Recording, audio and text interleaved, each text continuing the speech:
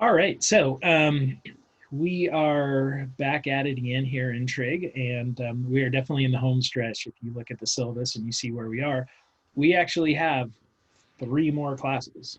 We have today and the two next week, and then the final exam. So we're definitely in the home stretch. We have three more sections that we want to talk about, so we're just about perfect in terms of time. But I do want to review a little bit about what we did last time and show you a little bit more before we dive into the next section. But before I do that, are there any homework questions or anything out floating that you'd like to talk about?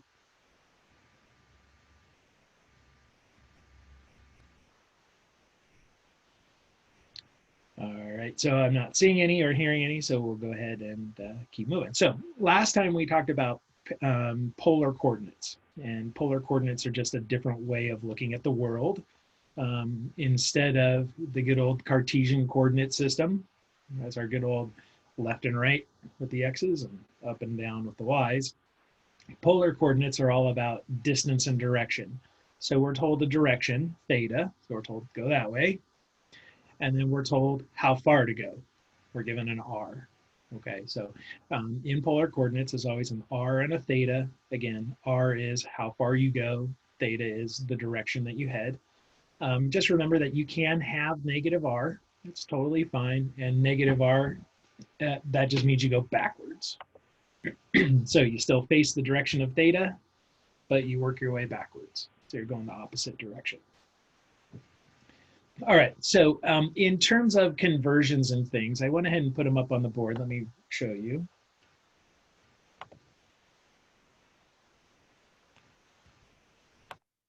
All right, so if we look at the board, we've got our polar coordinates, our r and theta, and compared to x and y, well, the relationship came from the right triangle.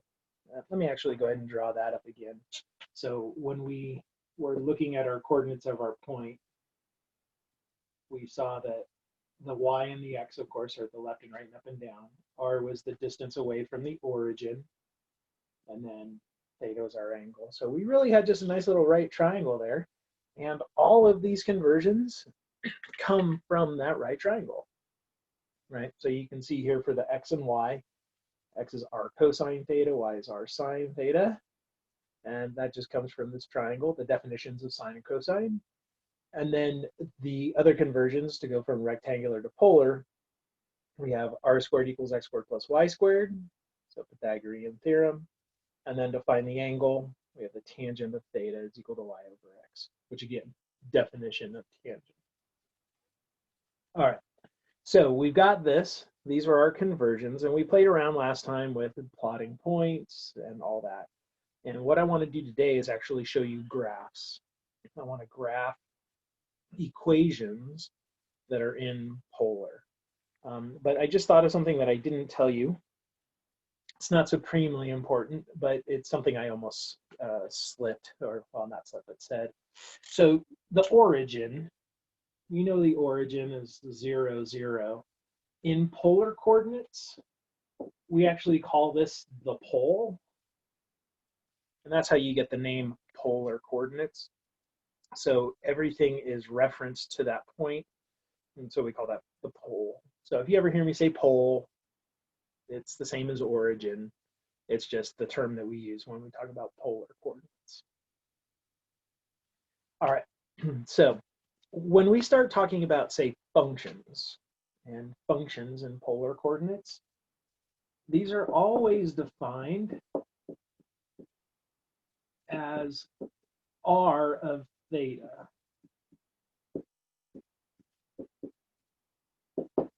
So think about when we do it in rectangular, we write f of x. Well, in polar, it's going to be r of theta.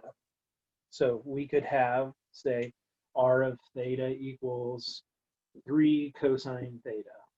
Or we might have r of theta equals sine of 5 theta, or whatever. And yes, I'm using cosine and sine here. Not always. You can definitely have things like r of theta equals theta squared minus 4 theta plus 1, right? I mean, we can look at them in basically any form that we want. It's just now theta is our independent variable. It plays the role of the x when we do polar functions. Okay, and then the r plays the role of y. So instead of writing y equals, we're going to write r equals. And then whatever that is, we follow the rule and do the same. So when it comes to drawing graphs, we can think of it the same way, where we plug in thetas, we get out r's, and we plot those points. So we're going to practice this a little bit. We're going to start by doing point plotting. So we'll actually literally draw the dots.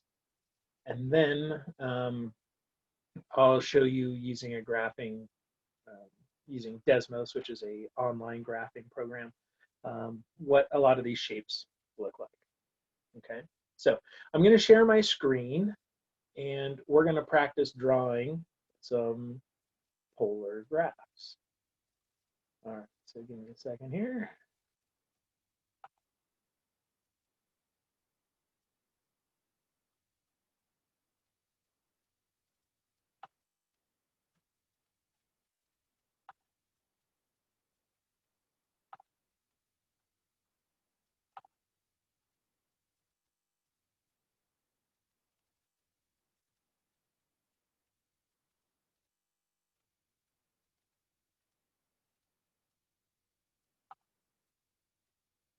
Okay, so hopefully everybody can see my screen. Excuse me, and I've switched to my other voice. But anyway, so you see my screen, and you can see we've got a good old graph paper up here. And I have a whole bunch of things over on the side, a bunch of different polar functions, and we'll talk about what they look like and how we create them and that sort of thing. But anyway, so we've got that all set up here. But the first thing I want to talk about is the actual setup of the graph paper. So I don't know if you've ever thought about this, but when we draw graph paper, we have a whole bunch of vertical lines and a whole bunch of horizontal lines, right? That I'm sure you've thought about. But what you may not have ever thought about is all of those vertical lines, if you think about what their equations are, they're all x equals. So this is x equals 1. This is x equals 1, x equals 2, x equals 3, x equals 4, right? So vertical lines are x equals, and horizontal lines are y equals. So like this one is y equals 2. This one's y equals minus 2, and so on. So what we really have are just a whole bunch of a series of all kinds of x equals and a whole bunch of r equals that we're plotting against each other. Okay, so it seems reasonable then that maybe in polar coordinates, we want to have a series of r equals, so r equals 1, r equals 2, r equals 3, and a whole bunch of theta equals. Okay, well, that is what we do. So first of all, what does r equals look like? So I have one here that I'm going to turn on. It's r equals 3. So I'm going to go ahead and turn it on. And voila. What we have is a circle. Notice that that circle is centered at the origin, or centered at the pole, and it's got a radius of 3. Now, if you think about it, this kind of makes sense. What we're plotting are all of the points that have an r of 3. I don't care what the theta is, but what I need is r to equal 3. Well, remember what r is. It's the distance away from the pole.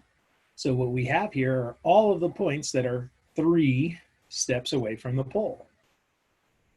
Oh, that's a circle. That's definition. All right, so if I were to change this, let me change it from r equals 3 to, say, r equals 5.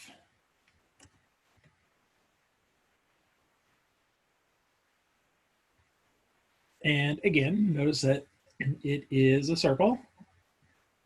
It's just bigger. It's still centered at the origin. It's just now it's got a radius of 5. All right, so that's all r equals is. It's just a bunch of circles. Now, if we think about what theta equals would be, this would be all of the points that are the same or that are in the same direction. Remember, theta is go a certain way. Well, if we have theta equals, that'll be all of the points that are in the same direction. So if you think about what that is, that's going to be a line, right? Like if I said, hey, let's go theta equals pi over 2. So pi over 2 is the angle that's pointing straight up. And if I allow r's to be whatever I want, I'm going to get the top half with positive r's, and I'm going to get the bottom half with negative r's. So I'm going to get a line. So if I had theta equals pi over 4, it's going to be the line that cuts through here, and so on. So with that said, what happens is we get what we call the polar coordinate system, or the polar graph paper. Turn this guy off. And notice what that looks like. Let me even turn off the r equals 3 so we don't see that dark line. But you'll see a whole series of concentric circles. Those are all the different r equals, right? This circle right here is r equals 2. This one is r equals 4, and so on. And then we have a whole bunch of theta equals. Now, these aren't theta equals 1, theta equals 2, theta equals 3. These are the special angles, though. Notice that here's pi over 6. Here's pi over 3. Well, this one's pi over 4. And we could go ahead and, divide it even further. But this one is just divided into pi over 12. Each of these lines is a pi over 12. So pi over 12, 2 pi over 12, 3 pi over 12, 4 pi over 12, 5 pi over 12, so on and so forth. So when it comes to graphing polar coordinates, it's a lot easier if we have something that looks like this. Okay, so let me show you how we could go about this. And I'm going to start with drawing this one right here. R equals 4 cosine theta. Okay, so I'm going to jump back to the whiteboard, and we're going to see if we can produce a graph of 4 cosine theta. And then we'll come back to Desmos and see if our picture actually looks correct. So I'm going to stop sharing and switch to the other screen real fast.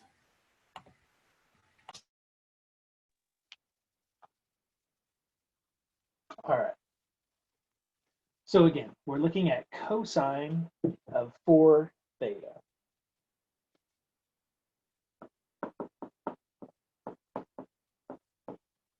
And we're going to go ahead and make a t-chart, kind of like you've done lots of other times.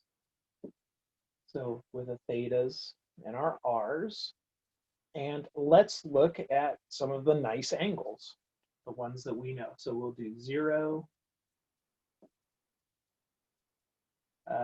Except, hold on, I didn't want to do 4 cosine of 4 theta. I want to do 4 cosine.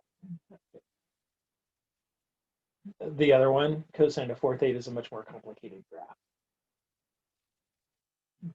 All right, so let's try 0, pi over 6, pi over 4, pi over 3, and pi over 2. So we'll just start with those first quadrant angles. And then over on the side here, let's actually plot those points.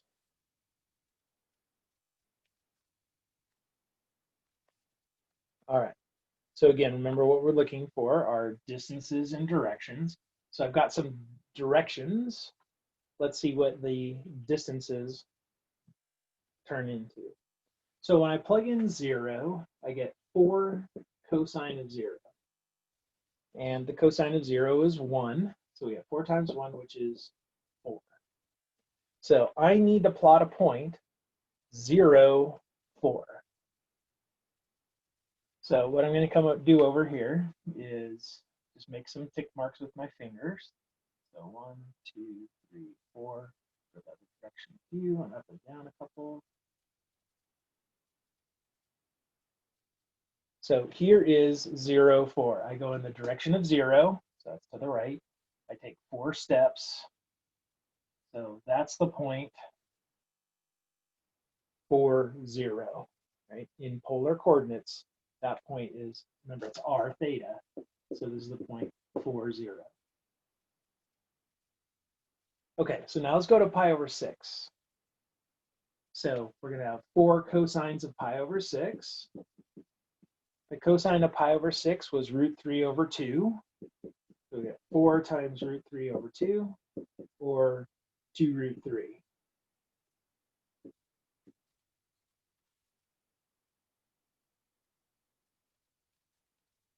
All right, so that's how far I need to go at an angle of pi over 6. All right, so 2 square roots of 3. You may not be really familiar with what kind of number that is. But the square root of 3 is right around 1.7. It's off, it's 1.6 something, like 1.69. So when we double that, we're going to get about 3.4.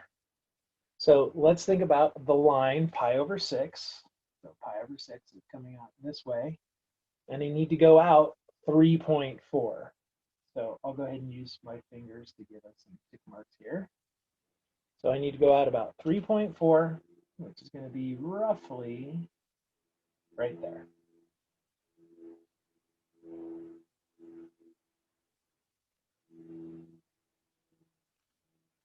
All right, so there's that point.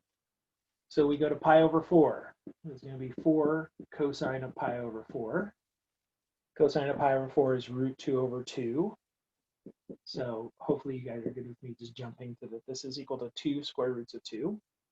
So the square root of 2 is around 1.4.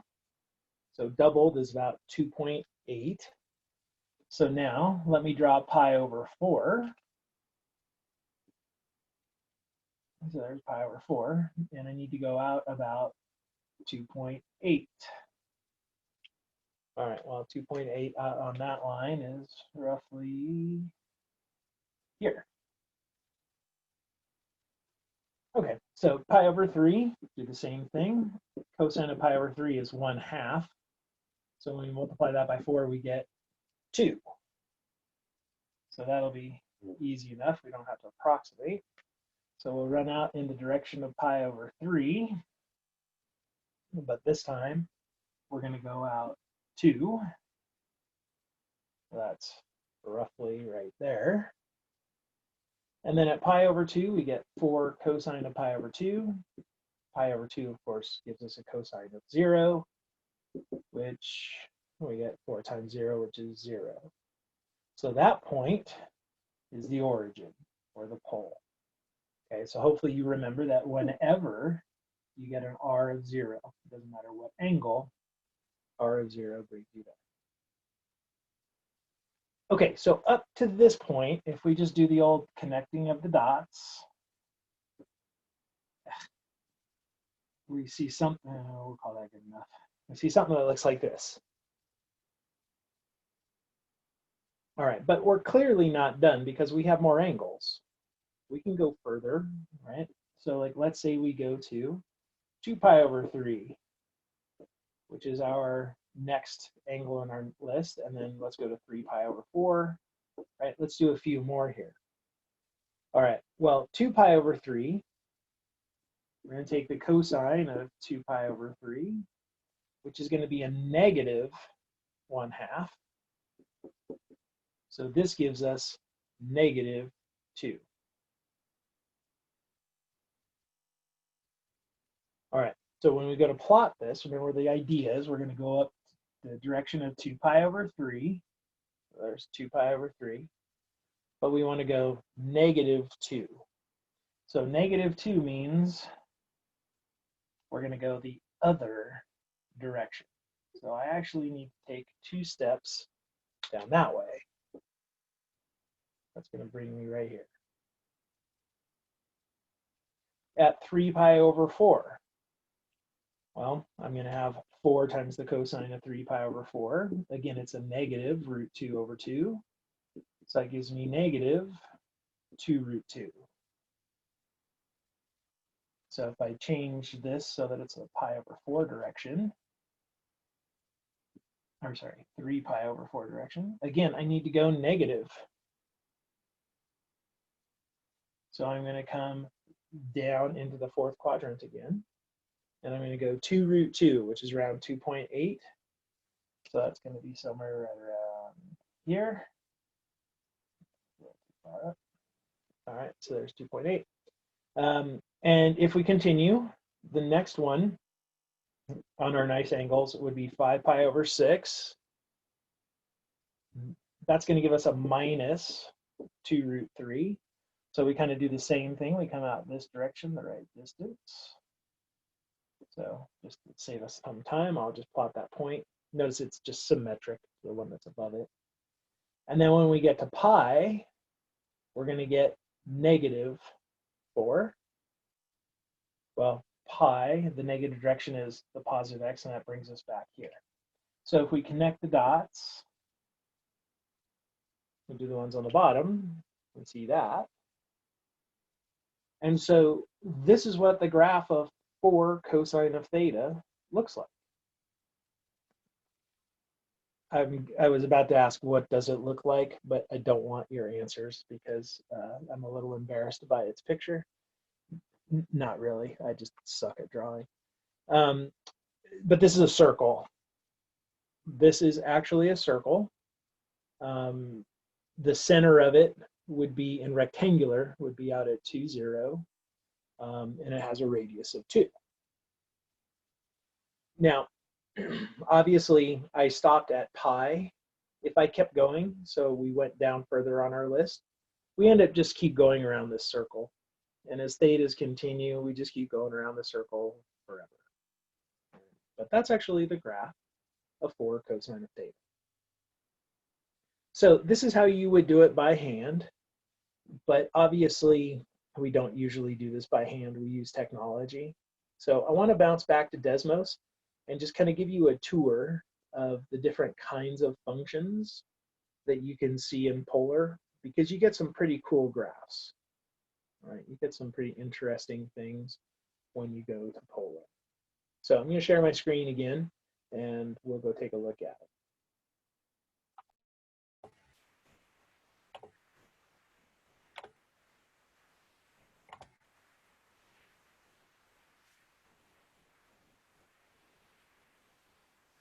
Okay, so we're back here. And what I want to do first is click on the 4 cosine theta, have that turn on so you can take a look at it. And you can see that it definitely matches what we drew by hand. We've got that circle over here that's radius 2 and centered out at 2, 0. All right, so if that had been a sine instead of a cosine, it's still a circle. Let me just show you what it looks like. That circle now is just oriented differently. All right, and this is what's going to happen a lot in polar. If you swap sine with cosine, it just takes that same shape and rotates it. It rotates it through a pi over 2 angle, a 90-degree angle. But there you go. So that's the graph of, say, 4 cosine or 4 sine. So circles are really easy to build in polar. We saw that circles centered at the origin. Let me turn this one back on. They were just r equals, right? If you want to center it on one of the axes, all you got to do is use sine or cosine. If you want to center it somewhere else, it can require a little bit more complicated of a formula, but think about how many circles we just took care of. It's kind of nice. Okay, let me turn those guys off and let me show you some other kind of fun shapes.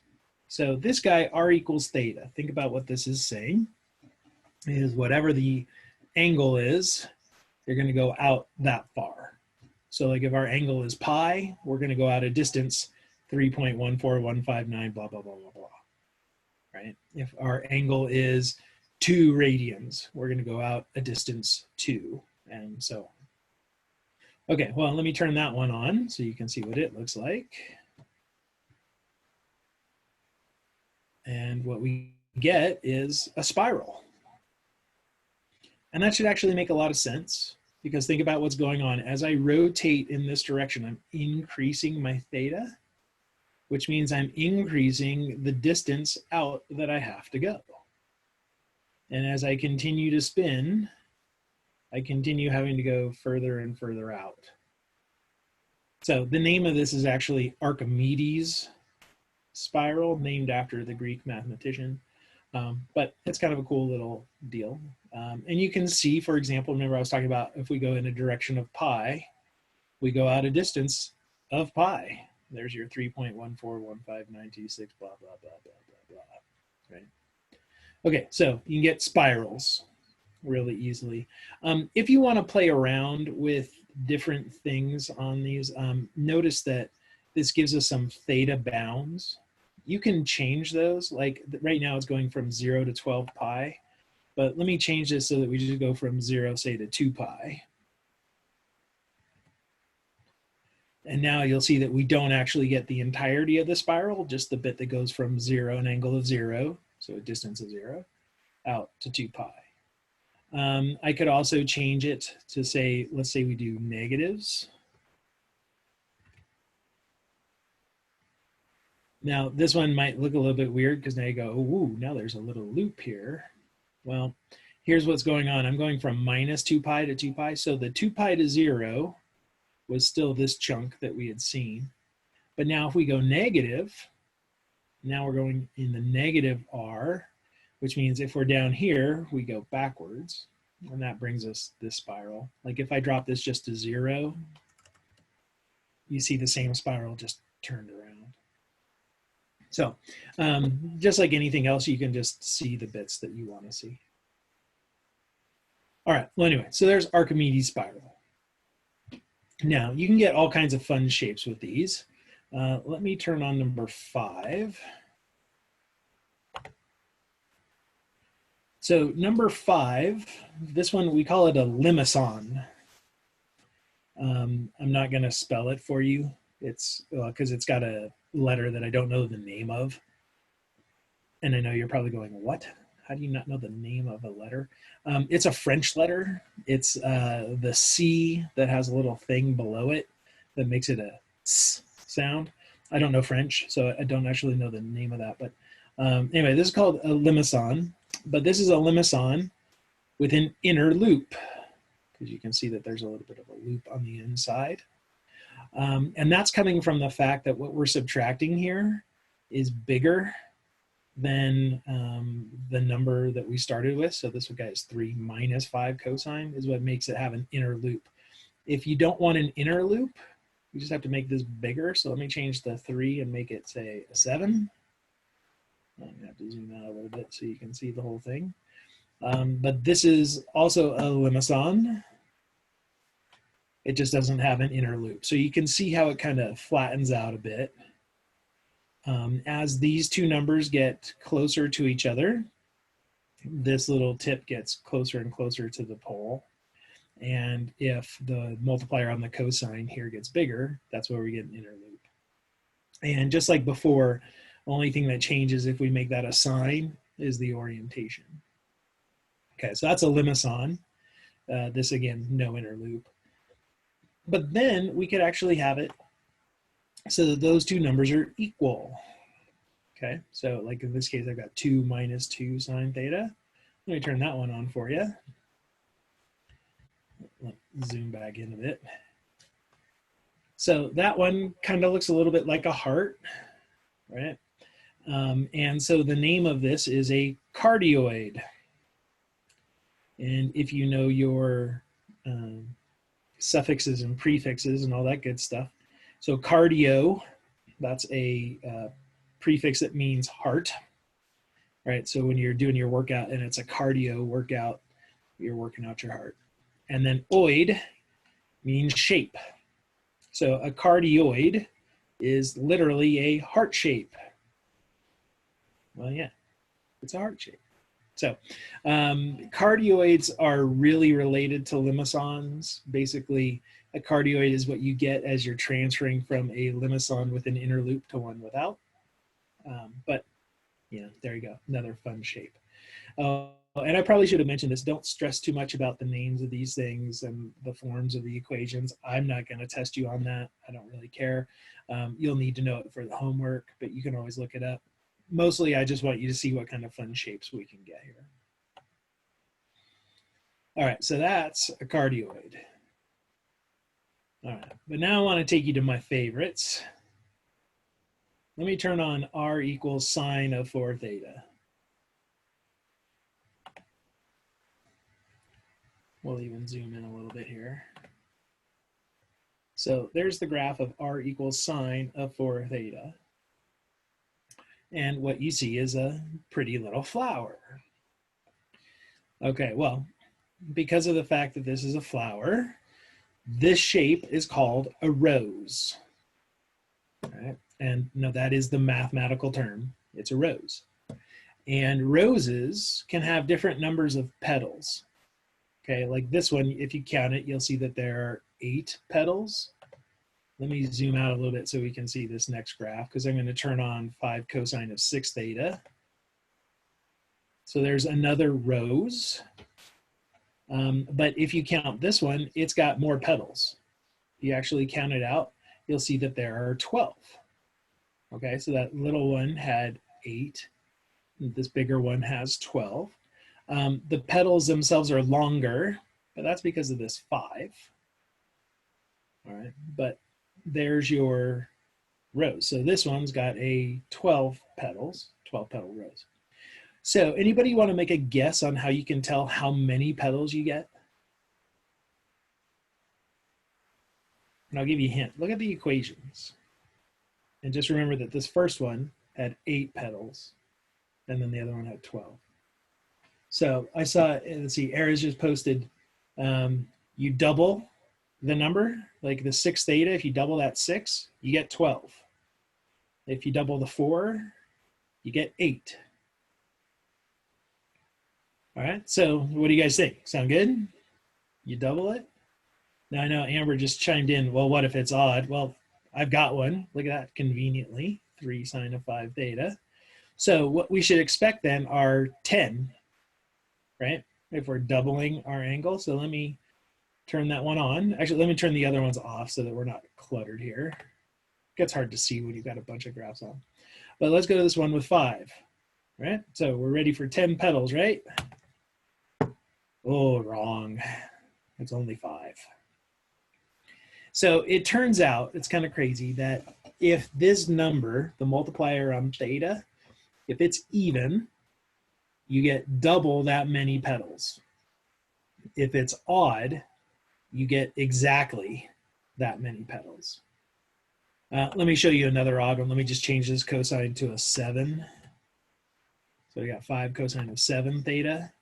So these bigger blue ones, if you count those, you'll see there are only the 7 of them.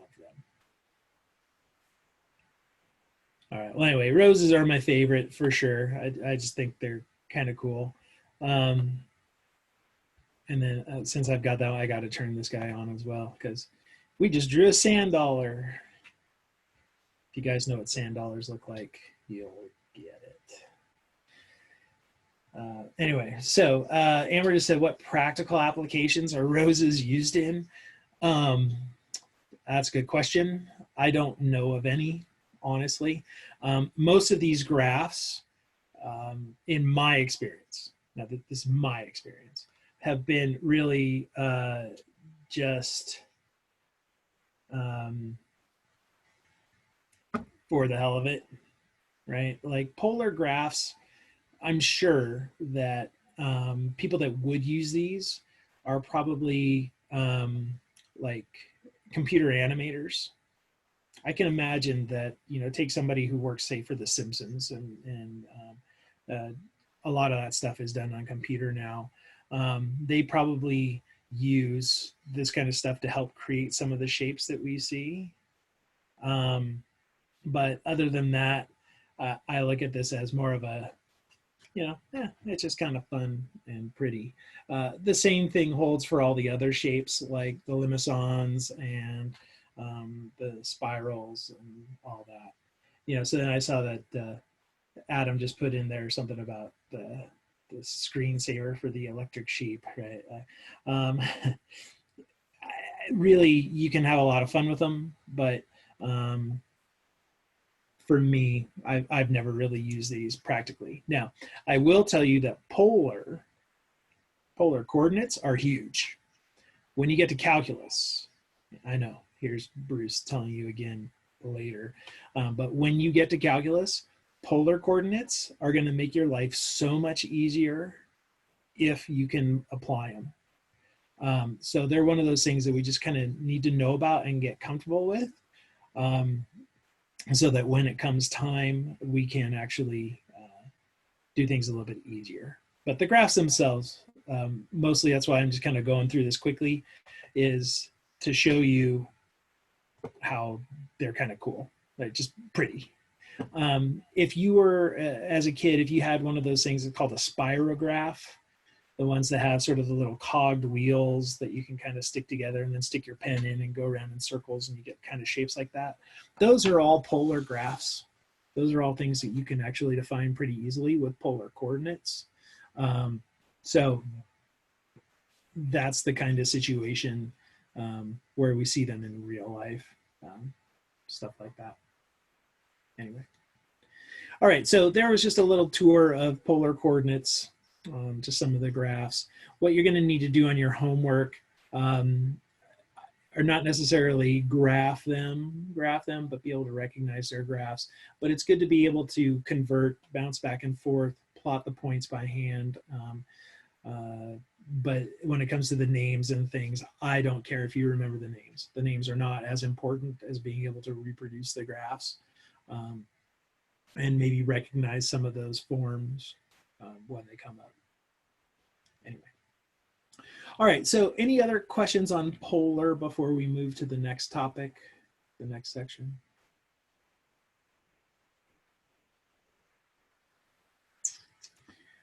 All right, well, hearing none, then we'll go ahead and move on. But real quick before we move on, while I'm thinking about it, let's do a word of the day. Let me double check that I haven't used this one. I'm pretty sure I haven't. It doesn't look like it. So again, with the theme of things I find on my, or around my desk, today is going to be penny. I happen to have a penny on my desk. So today's word of the day is penny. So I'll go and write that down so that I don't forget. All right. So we're going to sort of completely change gears. If you think about what we just did, we looked at, we were looking at how we look at the world in a different way, at least the coordinates in a different way. What we're going to do today is something completely different. We're going to look at complex numbers. Complex numbers. Hopefully you remember complex numbers. You may not know them by that name, but as soon as I say, oh yeah, those are the ones that had I. Okay, so now more of you are probably going, ah, yeah, those things with I. And you're probably cursing under your breath a little bit because I is weird. It's a completely made up number. It's the thing that when we square it gives us -1, right? And you were introduced to those back when you were learning about quadratics, and you still probably think they're BS and that they're not useful. Even though I'm sure your previous teacher said, oh no, there are lots of places where you use it. And I will tell you, oh no, there's lots of places that you use it. They are useful, but I know that most students are like, yeah, that seems like we're just doing math for math's sake. Okay, so, and while you still may feel that way, that's okay. But what I want to do is show you a different way of looking at complex numbers that can make it so that doing some of the computations are actually easier. Okay, and so, well, easier if you know your trig. So what I'm going to show you is basically how we can convert complex numbers into a trig form that makes life easy. So let's go to the board, and I'm going to give you kind of the real quick refresher on complex numbers before we dive into the trig aspect of it. All right, so complex numbers. from back in the day. Some of you that back in the day may be longer than others. But with complex numbers, these are ones that can be written in the form that look like a plus bi.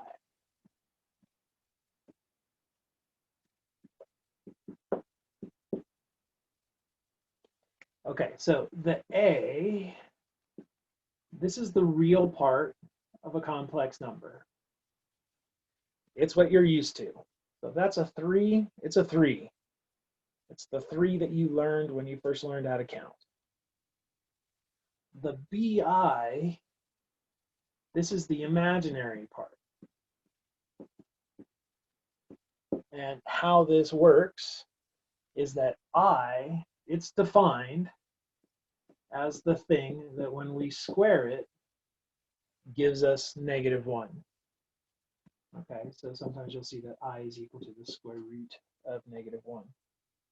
And no real number will do that, because anytime you square, you get non-negatives. And so kind of the story goes with this is that mathematicians got tired of being told you can't have a square root of -1. And so someone was like, well, it's something. I don't know what it is. So let me just call it I and we'll run with it. And it turned out by doing that, it opened up all kinds of things that you can do in math that ended up having real applications other places. For those of you who are going into physics or engineering, you will see complex numbers, promise you, because we use them all the time when we talk about electricity and magnetism. So it turns out that there is practical use to this thing that was completely made up. And I'll never argue that. It is completely made up. This is solely due to the fact that mathematicians are sore losers and don't like being told no. All right, so complex numbers, we can always write them as a real and imaginary part. And so you've seen these things like 3 minus I. So it's got a real part of 3 and an imaginary part of -I. Or let's say 6 plus 2I, or yada yada, right? So hopefully you've at least seen these. And I want to talk a little bit about, real quick, the operations on them. So you probably remember that adding complex numbers is pretty fast, because all you have to do is add the real parts and add the imaginary parts. So for example, if I were to just take these two and add them together, what I would end up with is 9 plus 1I, because 3 plus 6 is 9, minus 1I plus 2I equals I. So in essence, all we're doing is we're combining like terms. So adding was easy. Subtracting was almost as easy, right? Like if I were to take 3 minus I and subtract 6 plus 2I, again, it's basically just doing the algebra steps and grouping like terms. So I'll take 3 minus 6, which is -3.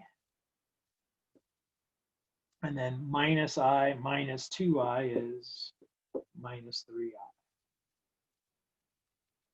So in my experience, most students like adding and subtracting complex numbers because it's pretty much what you do when you add and subtract algebraic things, right? Treat those i's like x's. Okay, so hopefully you guys are all cool with that, because I'm not talking anymore about adding and subtracting. Because the adding and subtracting, because it's easy, we don't need to try a different approach. But the multiply and divide can be a little bit more cumbersome. The multiplying is not terrible. So for example, let's multiply these two numbers. Let's take 3 minus I and multiply it by 6 plus 2I. Do you remember what you do for these?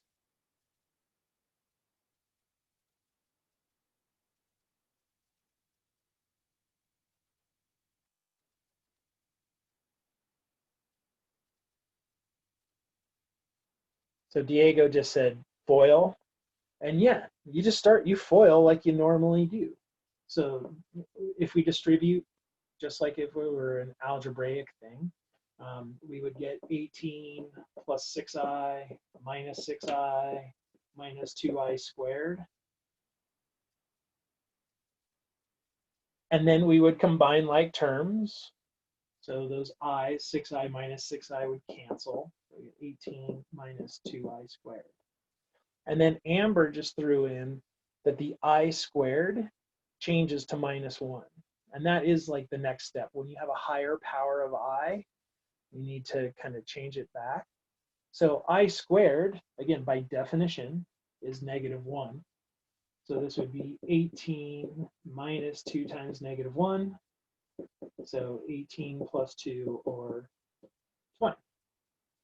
So it turns out when you multiply those two complex numbers, you end up with just plain old 20. All right, well, that happens. Sometimes when you multiply complex numbers together, you get something that's only real. Sometimes it's only imaginary. Sometimes it's a combination, whatever. Okay, so the multiplying is a little bit tougher. We still go back to algebra, so we can still FOIL, but we have to watch for things like these I squareds, turning them back into negative 1. Okay, but then there was division. Because what if, for example, we wanted to do 3 minus I, and we're going to divide it by 6 plus 2i.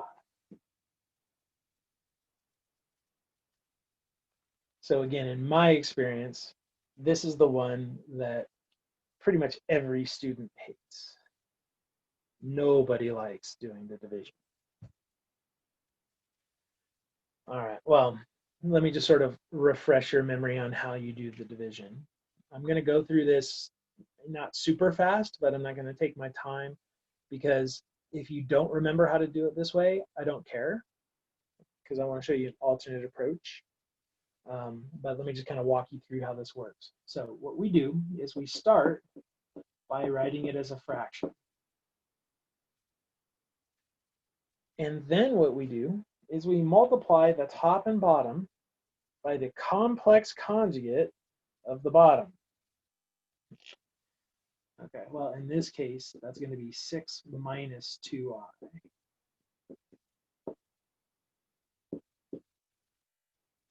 So just like any fraction, you can multiply top and bottom by the same thing.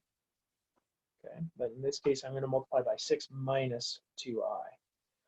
How you pick what this is you look at what you're dividing by, so in this case, the 6 plus 2i, and you just change the sign on the I. So notice it's exactly the same, except it's a minus 2i instead of a plus 2i. Okay, so then this turns into a multiplication, but it turns into two multiplications. We have to multiply on the top and on the bottom. And just to sort of speed things up here, on top, when you multiply that out, you're going to get 16 minus 12i. And on the bottom, you're going to get 40.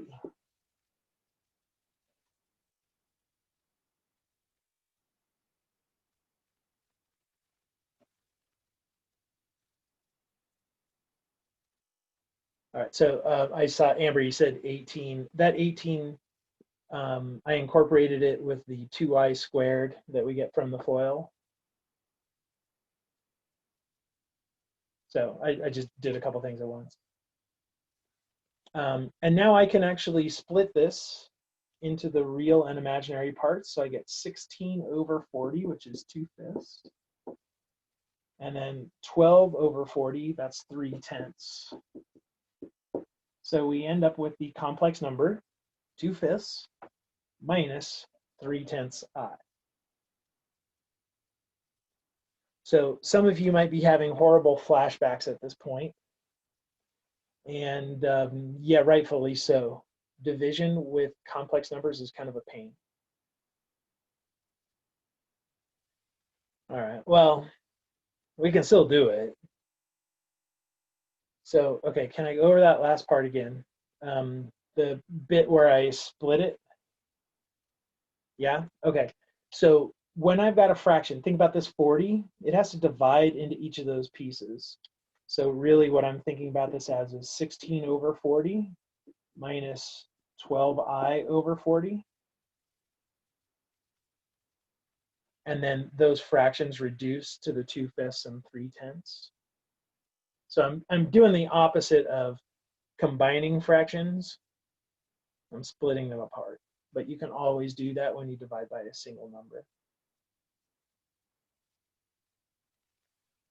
Okay, so you've seen this before, but let's talk about some of the things that you might not have seen. Like, what if I asked, I want you to take 1 minus I and raise it to the 10th power? I doubt you've done that. So think about what our options are. Well, what we'd have to do is basically take 1 minus I times 1 minus I times 1 minus I times, so we've got 10 of those, and we can FOIL it out. You might remember your binomial expansion theorem, which could speed that up. That's the thing that uses Pascal's triangle. But regardless, that's going to kind of suck. Well, it turns out we can do it a lot faster using trig. And then not just powers, but what if I asked you, say, what's the 4th root of -3 plus 2i?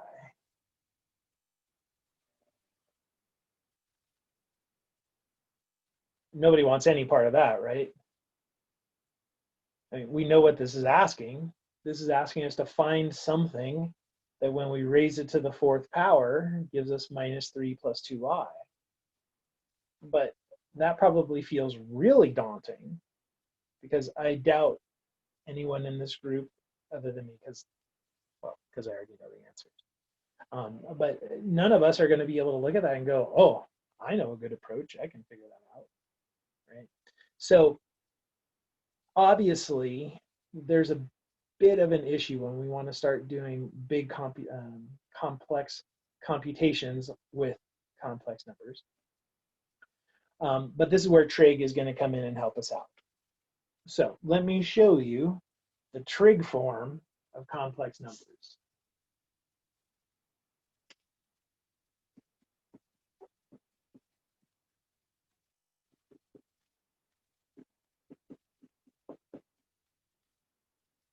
All right, so here's how this plays out. Complex numbers, we can think of those as lying in what we call the complex plane, where we have our two axes, but in this case, the axes are the real axis, which is horizontal, and the imaginary axis, which is up and down. So think of those as number lines. This is the real number line that you know and love. Okay, it's horizontal one. And the vertical one is what we call the imaginary number line. And the way that the imaginary number line works, I'm not going to really talk much about how the real number line works because I think you guys all know that by now. But the imaginary number line looks like the real number line, except instead of 1, 2, and 3, it's got I, 2i, 3i. And if we go the other direction, we get negative I, negative 2i, negative 3i, and so on. So it looks just like the real number line. It's just got an I attached to all of the different numbers. So when we have something like the number 2 plus I, let's think about that guy, we can actually draw that on the graph here. If we think about it the same way that we think about x's and y's, where we're going to go over on the real axis as far as our real number, and then we're going to go up and down on the imaginary axis to whatever the imaginary number is. So 2 plus I is going to be right here. Because I went over 2 onto the real, and I went up to I. We can also just draw an imaginary number. Like let's say we've got minus 2i. Well, in this case, we have no real part, so I'm not going to go left and right. I have only the imaginary part. So this would be negative 2i.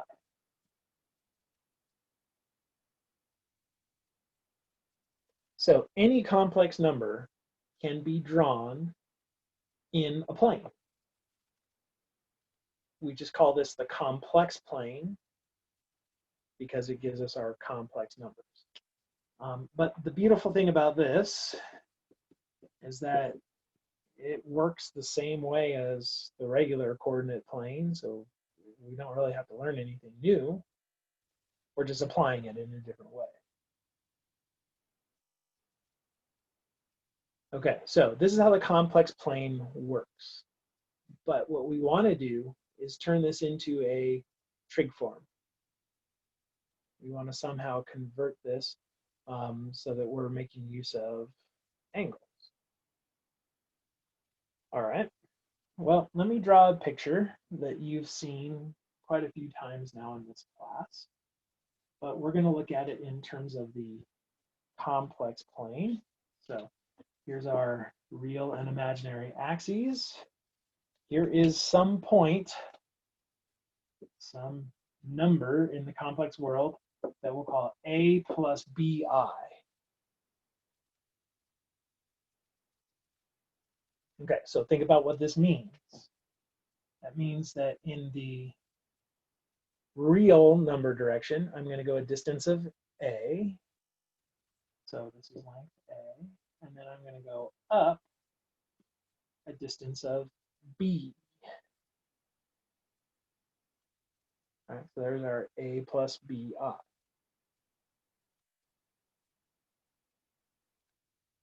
All right. Well, I think you can probably see what's going to come. Let's look at this length and this angle. So basically, let's think about converting this to polar.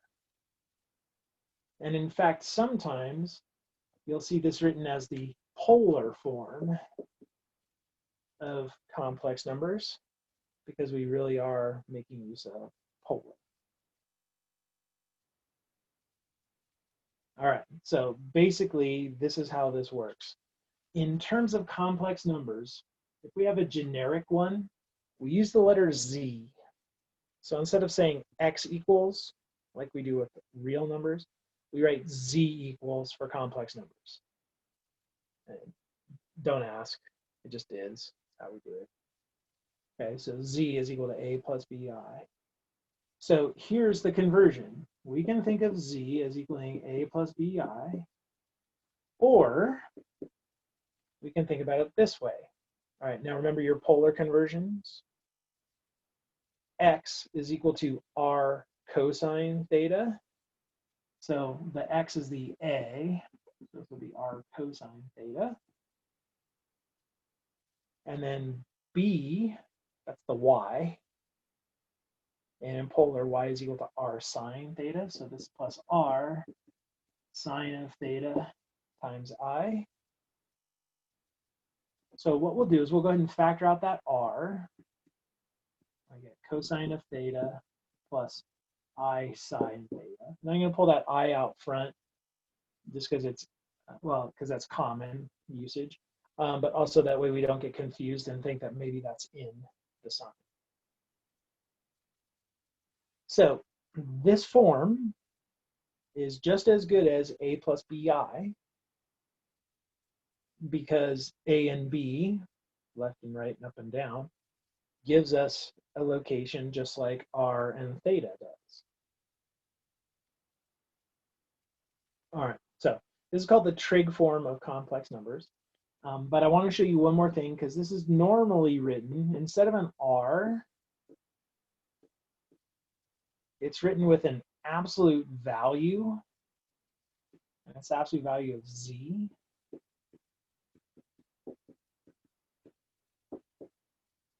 So that's actually what I want to box. So I'll go ahead and put this in a box this up because we know that tells us we're done. But let's talk a little bit about why is there an absolute value of z. It's not done to confuse you. I know sometimes students think that, but this actually makes a lot of sense. Because what does absolute value mean? Like when we take the absolute value of a number, what are we actually getting? So they're all positive values. And I don't know if you know this, but really what it is it's your distance from 0. Right? So like if you look at the absolute value of -5, you get 5 because it's 5 steps away from 0. And so if we think about it that way, this makes total sense. Because the absolute value of z is how far away are we from 0? Well, in the complex plane, 0 is the origin. And so yeah, that's what r is. All right, so you can turn any complex number into a trig form. And it's done exactly the same way that you convert to polar. So we don't have to learn anything new there. It just makes it so that we can come back to it. All right, so 2 more terms I want to give you before we actually play around with these a little bit. This guy, theta,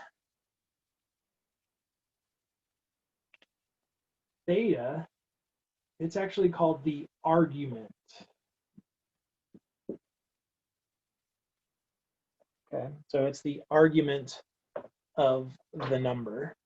So every complex number has an argument, and that's basically just the direction that it's going. And then this guy, absolute value of z, or the r that we think of in polar, we call this the modulus.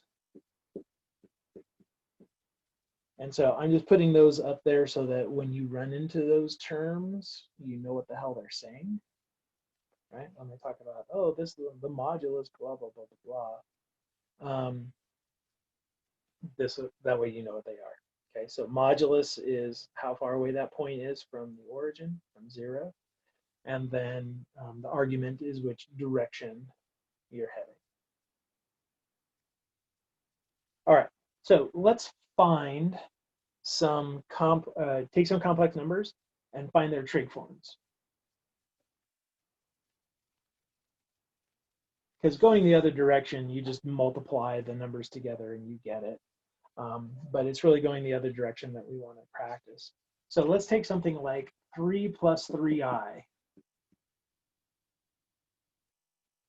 And what I want to do is I want to turn that into trig form. So again, think about what this tells us, or what we need to find. We need to find out how far away is that from 0, and then also what direction are we heading. So here's my recommendation with these. Plot them, and then think polar. So 3 plus 3i. We come out onto the complex plane. We need to go 3 to the right, because that's our real number. And we need to go up 3, because that's our complex number. And so there is 3 plus 3i.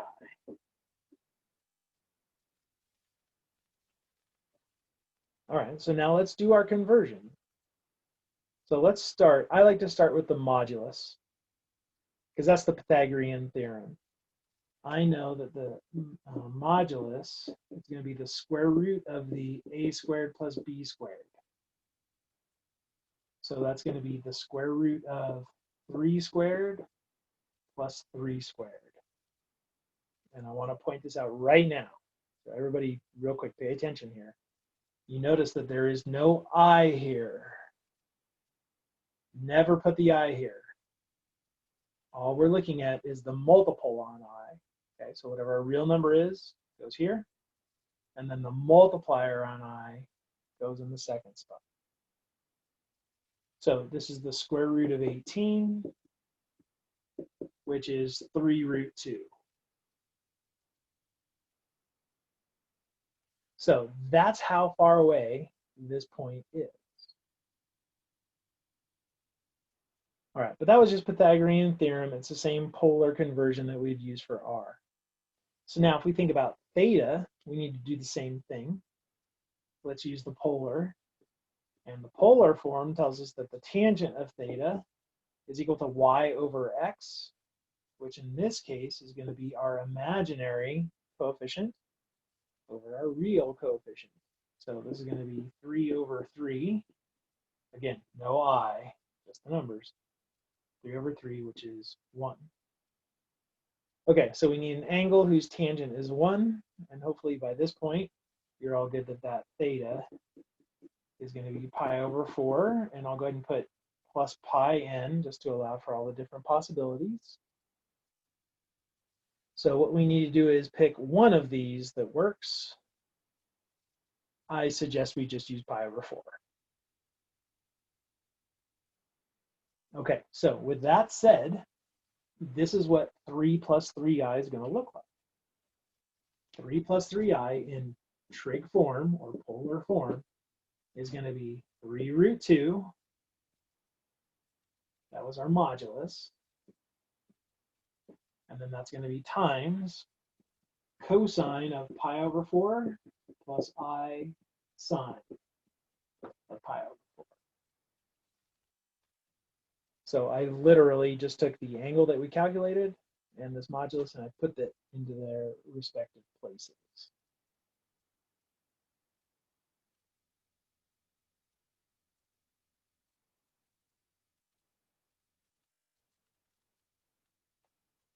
All right, so that's how we do the conversion. We literally find the angle and the distance away like we would if we were going to polar. So the better you know polar, the easier this is going to be because it's the exact same conversion. All right, so what? So what? Why does this help us? How is this any good? Well, let me show you what happens if we have two complex numbers that we multiply if they're in trig form. Okay, so what I'm going to show you next is a whole bunch of identities. So if you kind of want to zone out for a little bit, that's fine. Because I'm just making use of identities we've already seen. But let me just show you what happens. So we're going to go generically, and let's just go with two complex numbers that I'm going to call Z1 and Z2. Okay, so each one of them is going to have the trig form. So the first one here, notice that all I'm doing is I'm putting a little subscript of 1 for all those guys. So we've got the modulus of 1, and then the argument for angle 1. And then Z2, same thing, but 2's.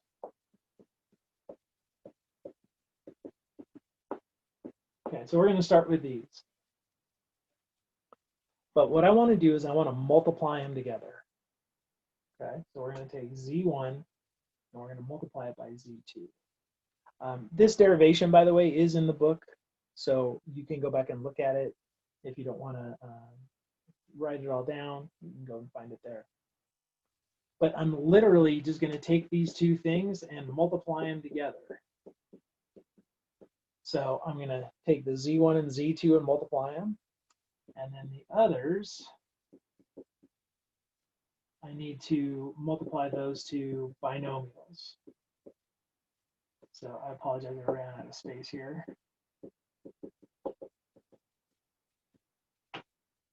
Okay, so we need to FOIL that stuff out. So I'm going to leave these two moduli. We're just going to leave those. Let's not worry about those. But let's look at what we get when we multiply all that stuff out.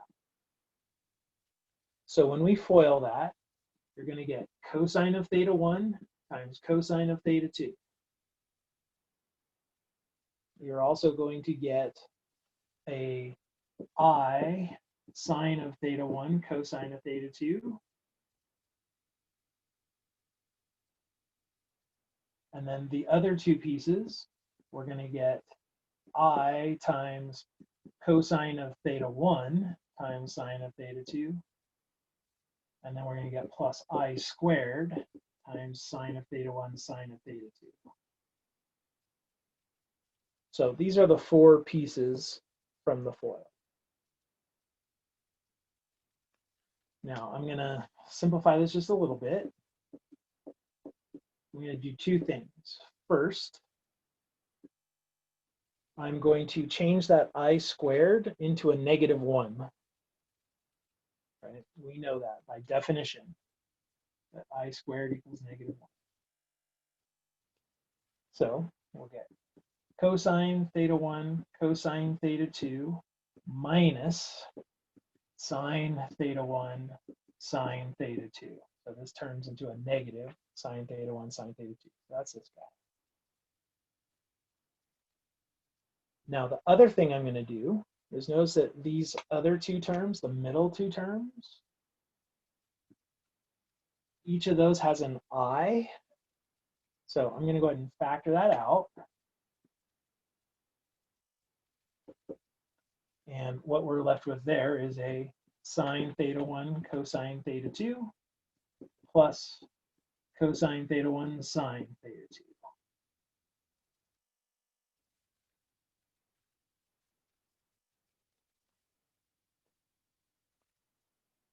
All right, so at this point, this has just been algebra.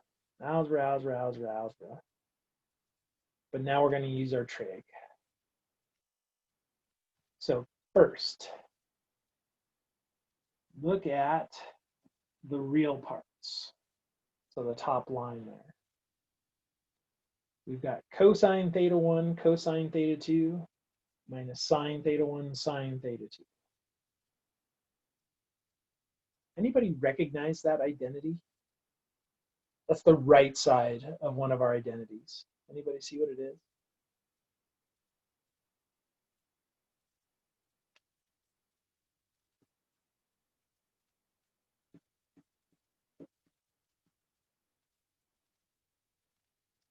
It's not product to sum, but you're pretty close. And Adam, you're even closer. You just put sine of A plus B. It's not sine of A plus B, it's cosine of A plus B. These two, that's what we get when we have the sum of angles for cosine. So what we really have there is the cosine of theta 1 plus theta 2.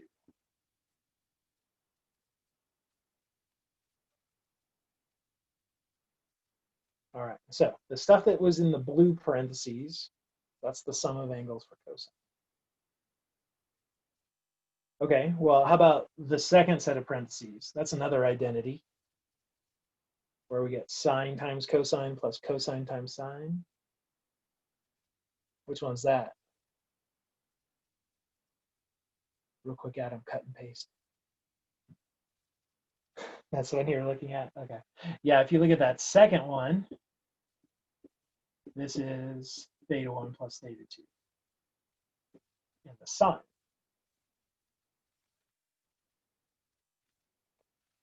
All right, so let me box this, because again, that's the universal symbol that we're done.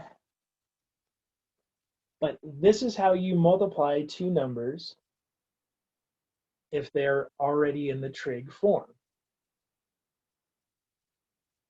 And I know you're probably looking at this going, oh my God, this is not faster. This is not easier. Oh, it is, because we just did it one time. Now we're going to be able to do it really fast, because here's all we have to do. Look at what happens. The two moduli get multiplied. And then the two arguments, the two angles, get added. So literally all we have to do is multiply the two moduli and add the two angles. Okay, so let me show you, now that we kind of worked through it, let me show you how fast this is. So here are two complex numbers, and they happen to both be in the trig form. So let's say Z1 is 12 times the cosine of pi over 3 plus I sine pi over 3. And then z2, let's say that this one is 3 cosine of 7 pi over 6 plus I sine of 7 pi over 6. So those are two different complex numbers. And what we're going to do is multiply it. But real quick, so Adam, you said, how do we combine the plane of I and xy?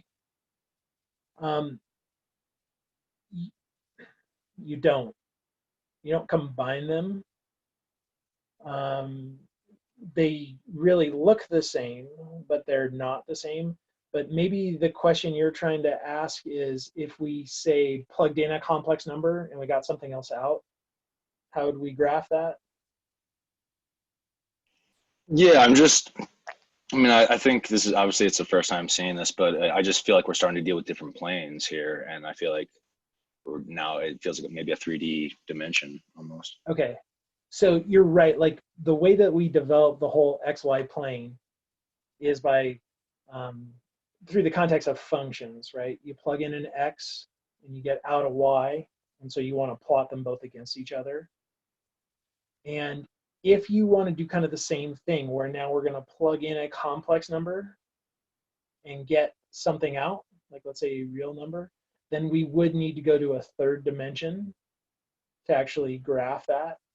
If we were going to have putting in a complex number and getting out a complex number, that would require 4 dimensions, 4-dimensional space, which none of us can actually see. Right, we can try to represent it in some funky way, but it is really complicated when you start to go there. You get to much larger dimensions. So if that's actually what the question you were asking is, then yeah, you got to go to higher dimension, and we're not going to do that.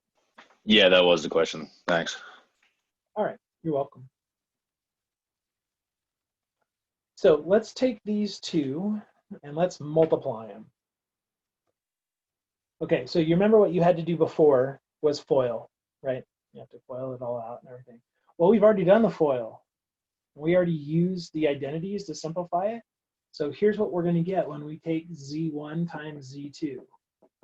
So first things first, take the moduli and multiply them. So 12 times 3 is 36. Okay, and then the other thing that I can go ahead and do is I can start getting this set up, because I know I'm going to have cosine and I sine. But the question is, what angle do we put in? Well, all we have to do is add those two angles together. So we're going to take pi over 3 plus 7 pi over 6. Well, this is 2 6 plus 7 6, which is 9 6 pi, which we can simplify down to 3 pi over 2.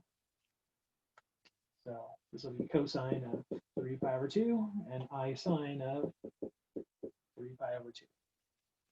And there you go. Put a box around it. I know we'd love to know when we're done, but we're done. That is the complex number that you get from multiplying these two together.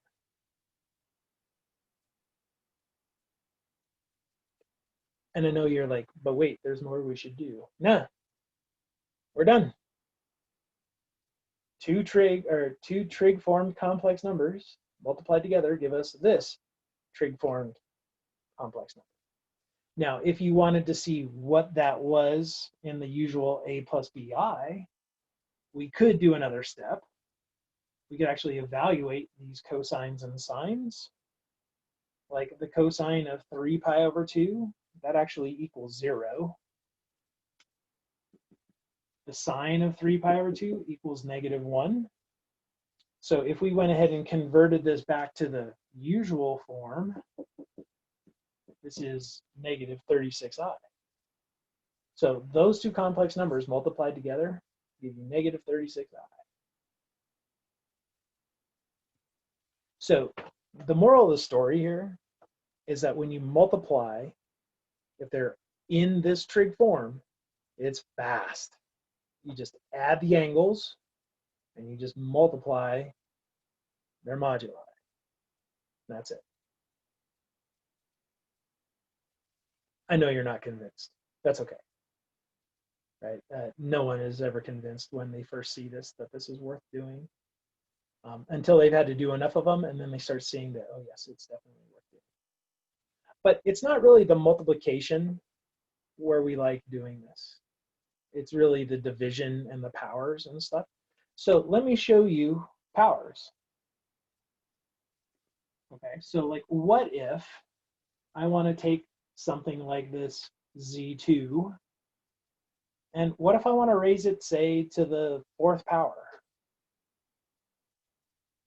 So we really don't want to have to do that, especially the long way. So let me show you how this is much faster. So we already saw what happens with multiplication. So let's think about what we're going to do if we do, say, z to the n. Okay, well, that's z times z times z until we've got n of them. Right? That's the definition of an exponent. So we're going to have repeated multiplication. So let's look down here and think about what happens every time we multiply. So when we multiply, we have to multiply by the modulus, and then we have to add the angle. Okay, well, if I've got n of these, I'm going to have to take that modulus and multiply it to itself n times. So that's going to be this modulus raised to the n. And then if we look in the angles, I have to add the same angle every time. So I'm going to have theta plus theta plus theta plus theta plus theta until I have n of them. Well, if you add the same thing over and over and over, the shorthand for that is multiplication. And so if you want to take one of these things and raise it to a power, this is all you have to do. You just take the modulus to that power, and then you multiply the angle by that power.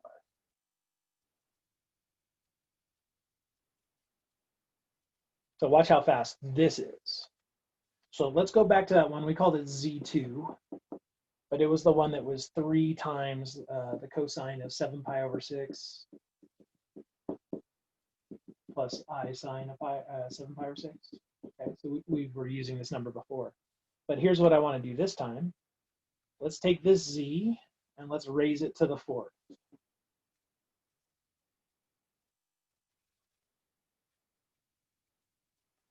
All right, so here we go. We're going to start by taking the modulus and raising it to the 4th. So it'll be 3 to the 4th. And then we need to take those angles and multiply them by 4.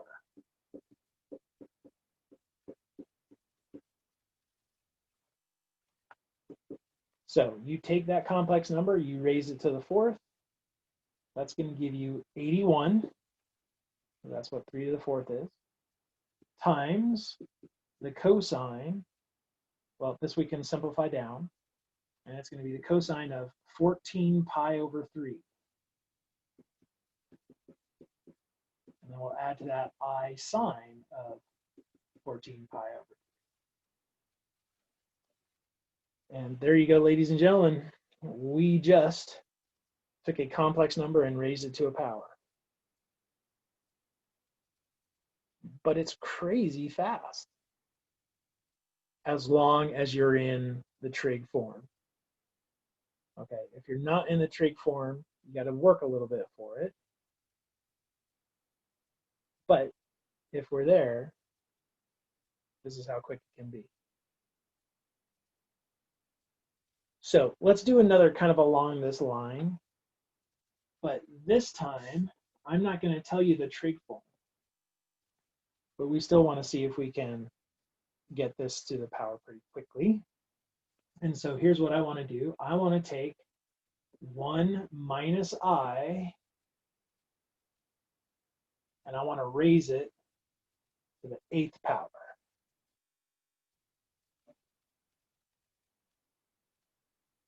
So again, think about what that would require us to do if we don't go to trig form. We're going to take 1 minus I times 1 minus I times 1 minus I times 1 minus, so we've got 8 of them. We're going to have to FOIL like crazy. Distribute, distribute, distribute, distribute, distribute. Every time we get a power of I that's bigger than 1, so an I squared, an I cubed, or I to the fourth, or anything like that, we're going to have to convert it and keep combining like terms and simplifying down until we're all done. If we do the trig form, we have to convert it to trig form, and then just do this. Okay, we'll raise the modulus to the 8th, multiply the angle by 8, call it good. So let's convert this. Let's convert that into the trig form so that we can do the power quicker.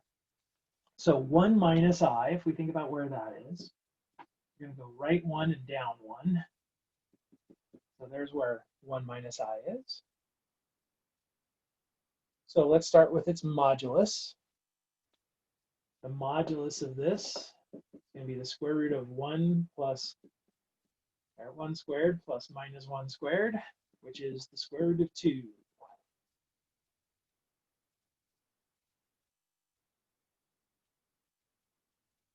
All right, and then we need an angle for that. Can anyone give me an angle for that?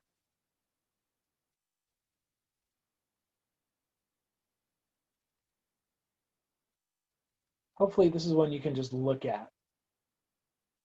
By now it should be pretty clear. What angle are we going to have there?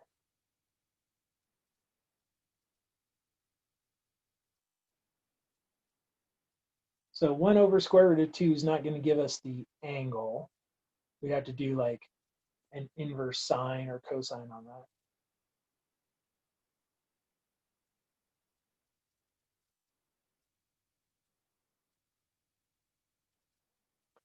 Okay, so hopefully by me going, oh, this is one that we can probably all see now. If you didn't, please don't take that the wrong way. Don't go, oh my God, I suck as a trig student. I don't know this stuff. It's just one of those that pops up a lot because we're on this y equals minus x. That's negative pi over 4. Anytime these numbers are the same, plus or minus, it's either going to be pi over 4, if we're on the one in the first and third quadrant, or minus pi over 4, or equivalent if we're there. So an angle that we could use is, I'm going to use negative pi over 4. You could use 7 pi over 4. But you'd use the inverse tangent, basically the inverse tangent of minus 1, and the angle it spits out is minus pi over 4. So, Eris, could you use factorials? Yes, you could. You could use the binomial expansion theorem, but my contention is that this is actually faster. It probably doesn't feel like it because I'm explaining it as we go, but once you've got it down, this is really quick. So check this out. In polar form, in trig form then, our number is the square root of 2 times the cosine of minus pi over 4 plus I times the sine of minus pi over 4.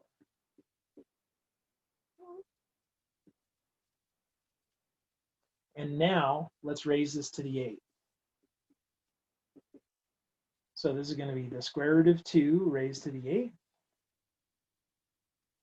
times the cosine of 8 times negative pi over 4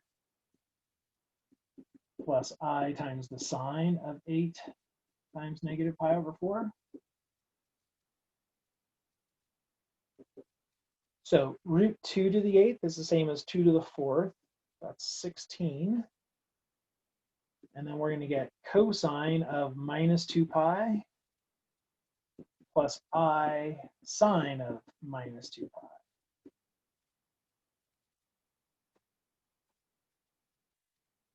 Okay, well, cosine of minus 2 pi is the same as the cosine of 2 pi, which is 1.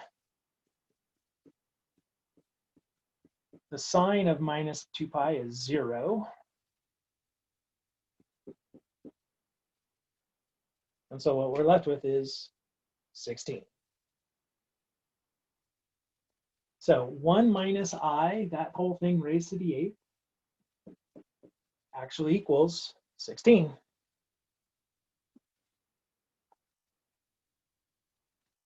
And I do truly believe that this is faster than any other method, right? Even if you use the binomial expansion theorem, I don't think you'll get to the answer this quickly. But it does require us to be comfortable with the trig form, but remind yourself, if you're in this situation, remind yourself and say, hey, this is the first time I've seen it, it's still new, I'm trying to figure it out. I know I make it look really fast, but this is not new to me. I've been dealing with trig form of complex numbers for like over 30 years. I promise you, you do this for over 30 years, it will be old hat. So Diego, how did I get minus pi over 4? All right, I went to the polar conversion. I know that the tangent of theta is going to be b over a. So tangent of theta is minus 1 over 1 or negative 1. And then I just did inverse tangent.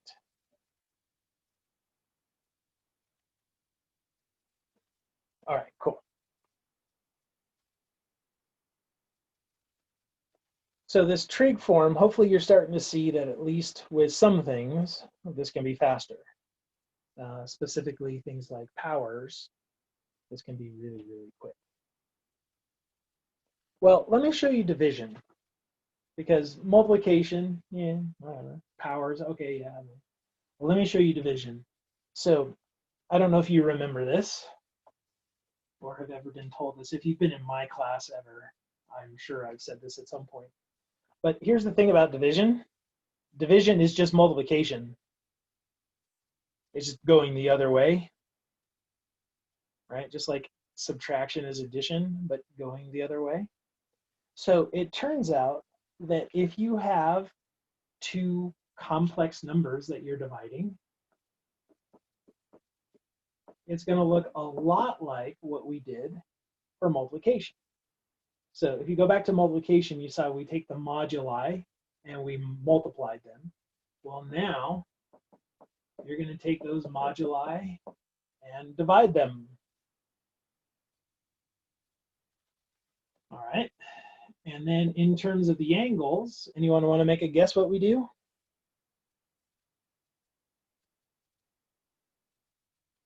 Think opposites. What did we do to angles for multiplication?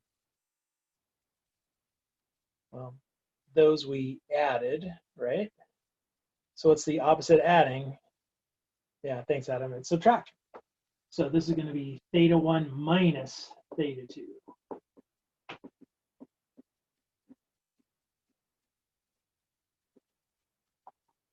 So with multiplication, we multiplied moduli and added angles. For division, we're going to divide moduli and subtract angles.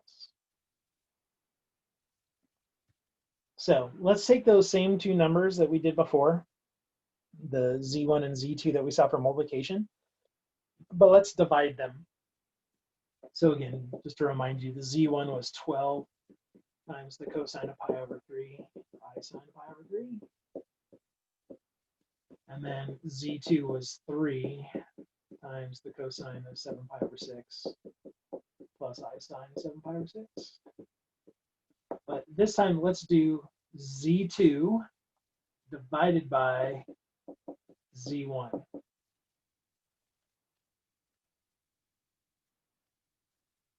So first things first, let's take their moduli and divide them. So since I'm taking z2 divided by z1, this is going to be 3 divided by 12.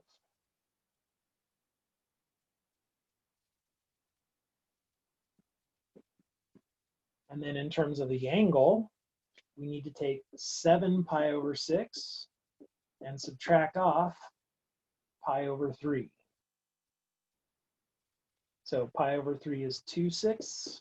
So 7/6 minus 2/6 is 5/6. So we're going to get cosine of 5 pi over 6 plus I sine of 5 pi over 6. And really the only other thing that we should do is simplify that 3/12, right? 3/12 is the same as 1/4. So really we should just reduce that. But this right here, that's the complex number that we get when we divide those two. And by being in this polar trig form, it made it really fast. You divide the moduli and you subtract the exponents.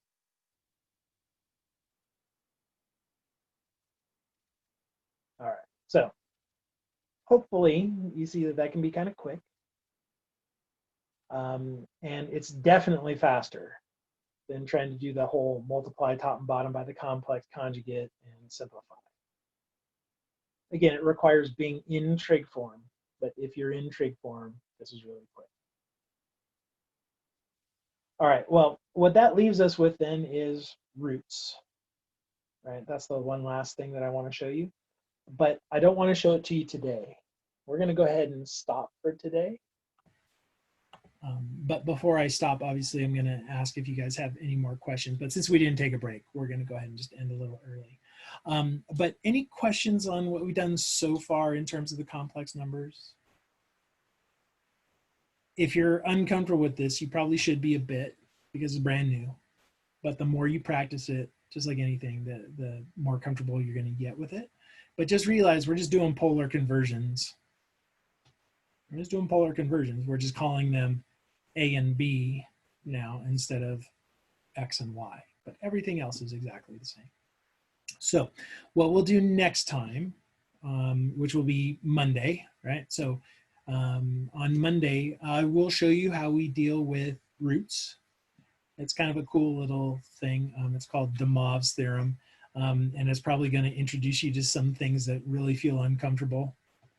Like how about this? I ask you guys simple question. Simple question. What's the cube root of 8?